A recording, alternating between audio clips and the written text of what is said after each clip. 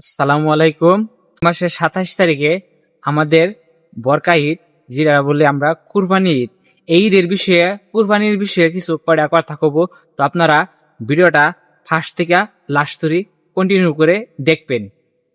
তো যেটা কই আমরা কুরবানি ঈদ, এটা হলো ঈদুল আজহা বললা কইতারি, যেহেতু আর বেশি দিন নাই, 1 সপ্তাহ আছে।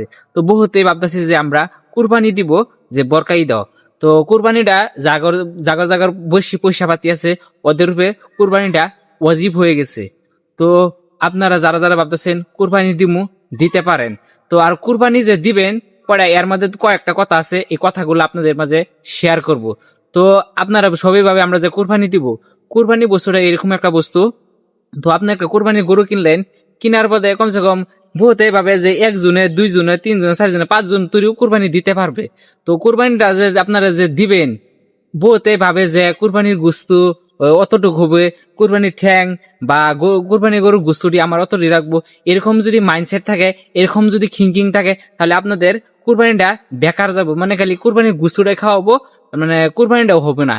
কারণ আমরা আমাদের এরকম মাইন্ডসেট বানাইতে হবে, এরকম থিঙ্কিং আনতে হবে যে আমরা কুরবানিটা যে দিব, কারণ আল্লাহ রাজি খুশি করার জন্য আমাদেরকে কুরবানিটা দিতে হবে। কারণ আমরা নিজে খাওয়ার জন্য না, কারণ আমরা তো খাবোই বাদে না।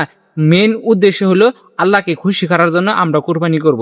আর একটা কথা, বহুতে কুরবানি গরু কিনে, লেরবেড়া গরু কিনলে বা হাড্ডি গরুটা পয়রা কাটাছে গা, এগুলা কুরবানি গরু কিনলে কুরবানি হবে না।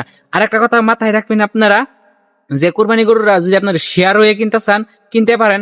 আর একটা কথা, মানে কি, কুরবানি গরুরা যে শেয়ার হয়ে কিনবেন, কিনার বাদে এখানে যদি হারাম পয়সা যদি ঢুকে জায়গা, তাহলে আপনার কুরবানি হবে না, বেকার যাবে। এই জন্য 100বার ভাববা চিন্তা মানুষের লগে শেয়ার হয়ে কুরবানি গরু কিনবেন। তো আজকে ভিডিওটা কিরকম হয়েছে আপনারা কমেন্ট করে জানাবেন, আর ভিডিওটা শেয়ার করে অন্যকে জানানোর সুযোগ করে দিন।